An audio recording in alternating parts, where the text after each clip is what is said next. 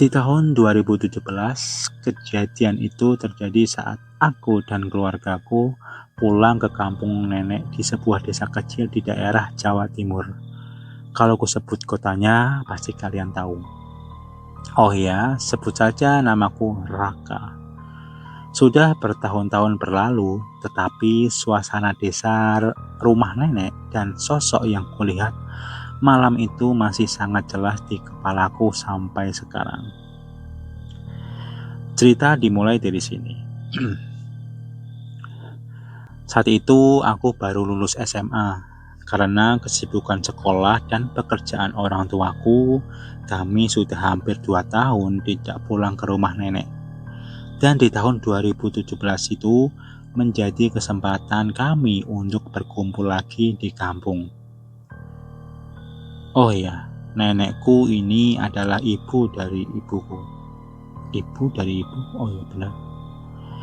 Waktu itu perjalanan dari kota menuju desa nenekku memakan waktu hampir 11 jam. Waktu itu aku dan orang tuaku naik mobil. Dan singkat cerita saja, setelah keluar dari jalan utama, mobil kami mulai melewati jalan sempit yang diapit sawah. Di kejauhan terlihat perbukitan hijau. Sementara angin sore membawa aroma tanah basah yang khas. Aku selalu menyukai suasana desa itu, karena tidak banyak kendaraan yang lewat. Rumah-rumah penduduk masih berjajar dengan halaman yang luas, serta anak-anak yang bermain di jalan tanpa khawatir lalu lintas. Namun entah mengapa saat mobil memasuki desa di sore itu, aku merasakan suasana yang berbeda. Desa terasa jauh lebih sepi dibanding yang kuingat waktu dulu. Saat tiba di rumah nenek sudah berdiri di teras rumahnya. Rumah itu masih sama seperti dulu. Cuma hanya bagian cat saja yang baru. Cuma hanya sebagian cat saja yang baru dicat. Bangunannya terbuat dari kayu jati tua dengan atap genting. Di samping rumah terdapat pohon mangga yang cukup besar. Sedangkan di belakang rumah ada sumur tua yang sudah ada sejak zaman kakek masih hidup. Setelah turun dari mobil, nenek langsung memeluk kami satu persatu. Capek di jalan ya? Aku hanya mengangguk sambil tersenyum. Oh, ucap nenek ya, Bos. Capek di jalan ya. Gitu kali ya, guys. Kan nenek-nenek. Tapi nggak tahu neneknya Cina mungkin kali ya. Oke, lanjut. Malam pertama berjalan biasa saja. Kami makan bersama, lalu berbincang sebentar. Wanjir hilang sih. Jempolnya los. Nanti anjir. So guys. Loh kok hilang ceritanya? Oke ya.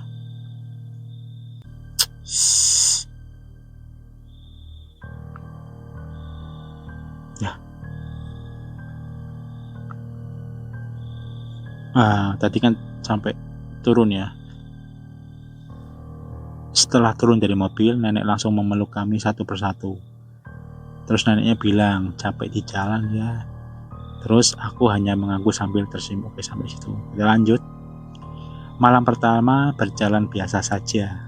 Kami makan bersama, lalu berbincang sebentar di ruang tamu. Sekitar pukul 9 malam, sebagian tetangga sudah mematikan lampu rumah mereka. Tak heran, semua ini memang sudah dilakukan dari dulu. Gak tahu kenapa sih. Tapi biasanya gak semua lampu dimatikan. Cuma beberapa lampu rumah saja. Dan saat itu desa benar-benar terasa sunyi. Waktu itu aku duduk di teras depan sambil memainkan ponselku.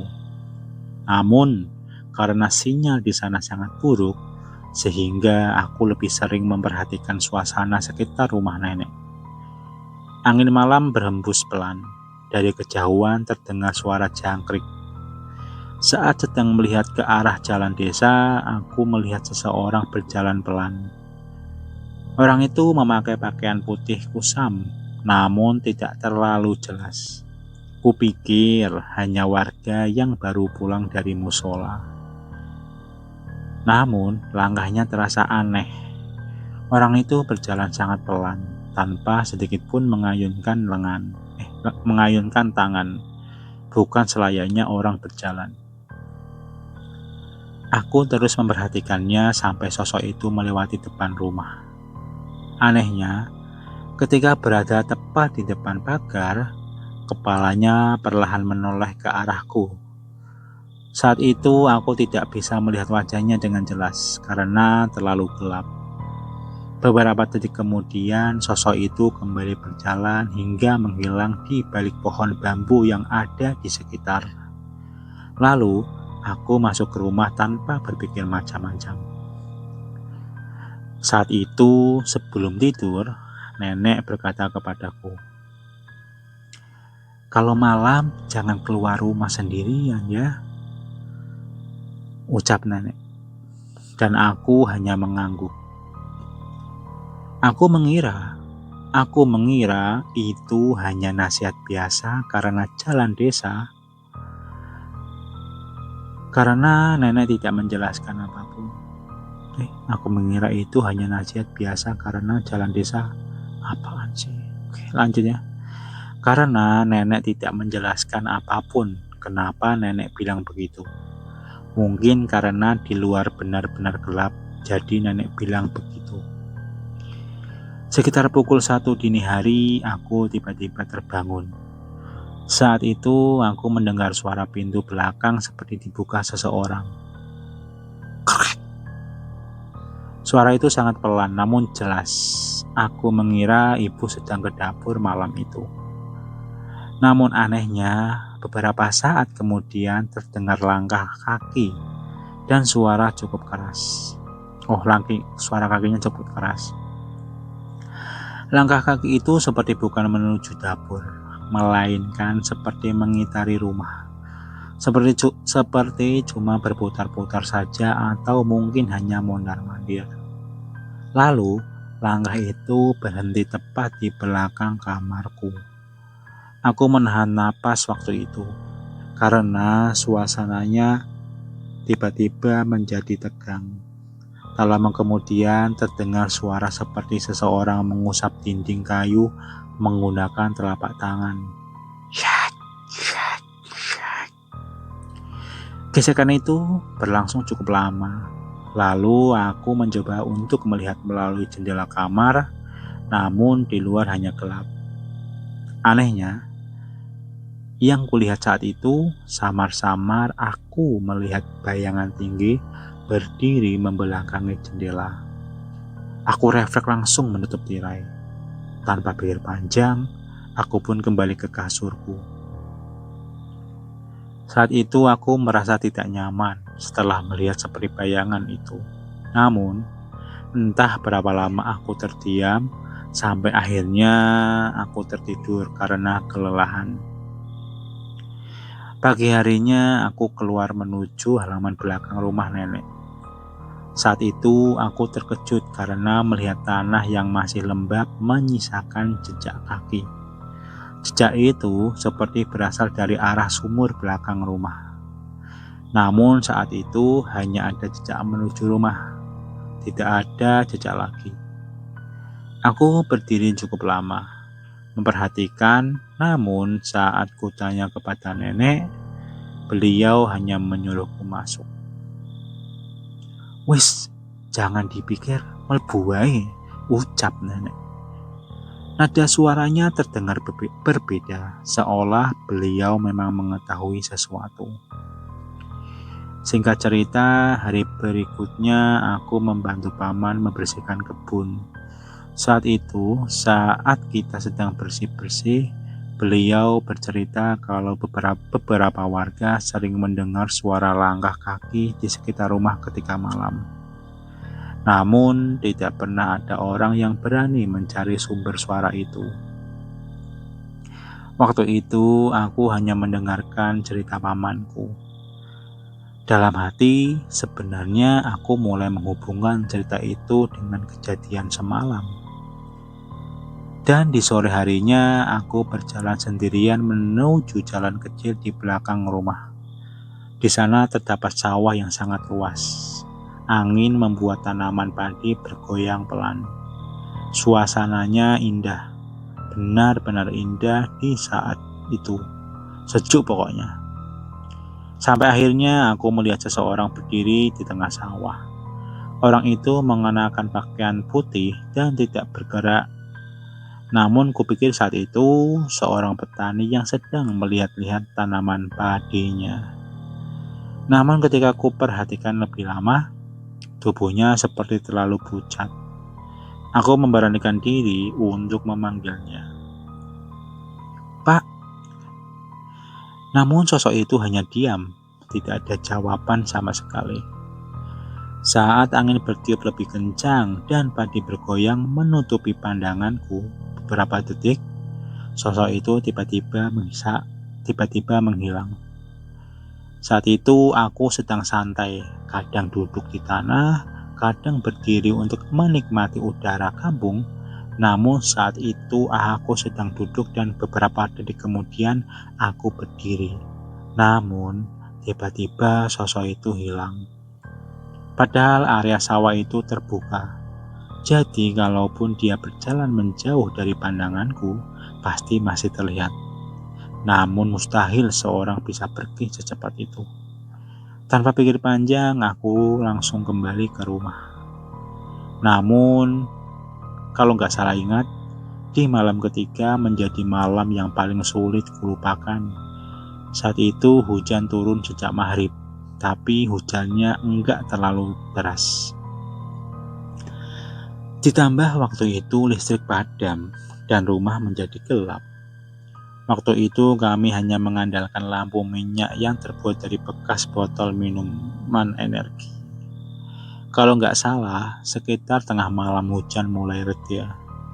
Saat itu aku belum tidur karena udara terasa panas. Saat itulah aku mendengar suara lirih dari arah belakang rumah.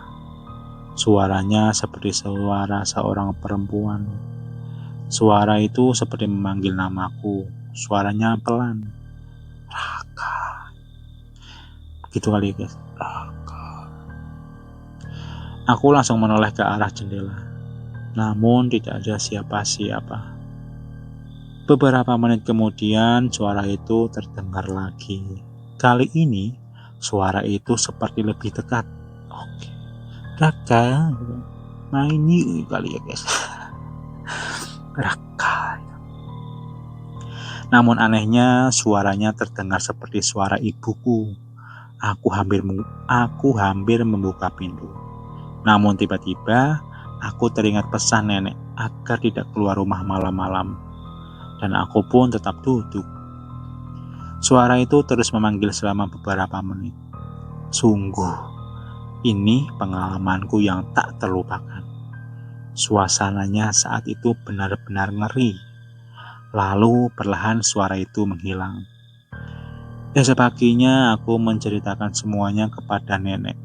Saat mendengar cerita tentang kejadian semalam, wajah nenek langsung berubah. Seperti kaget dan sedikit pucat. Lalu beliau mengajakku ke dapur. Dengan suara pelan beliau berkata, "Kalau ada yang memanggil dari luar di malam hari, jangan pernah dijawab. Ingat ya." Oh, balik gini guys. Kalau ada yang memanggil dari luar di malam hari, jangan pernah dijawab. Ingat ya. Allah, gitulah pokoknya guys.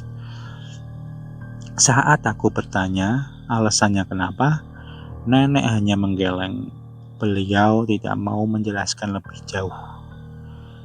Singkat cerita, beberapa hari selanjutnya, di hari terakhir sebelum pulang, waktu itu aku bangun sebelum subuh.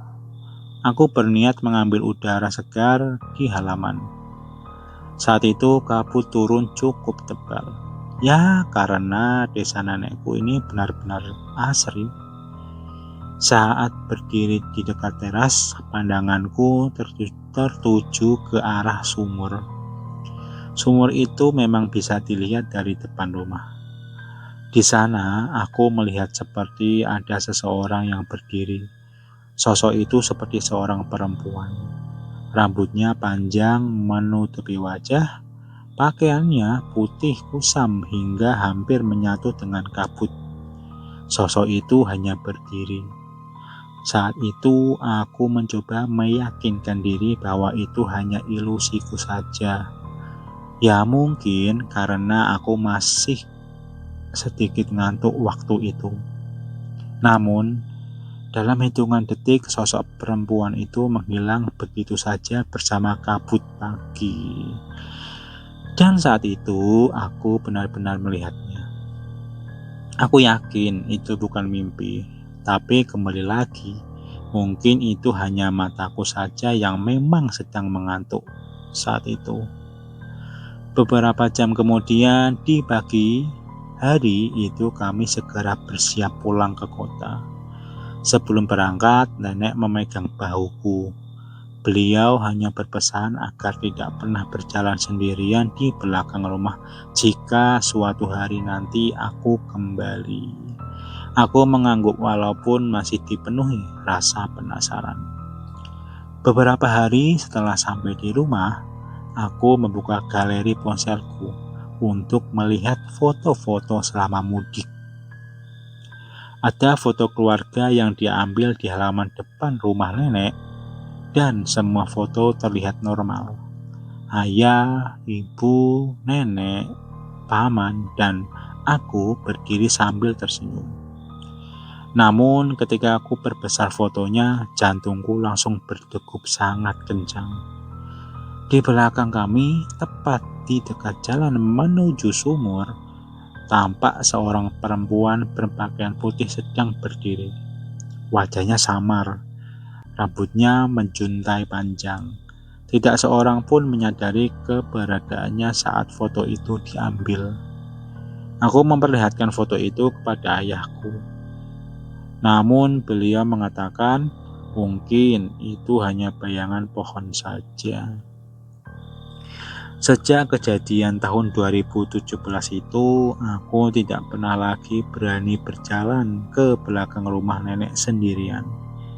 Setiap kali mudik, aku selalu menghindari sumur tua dan jalan kecil menuju sawah itu.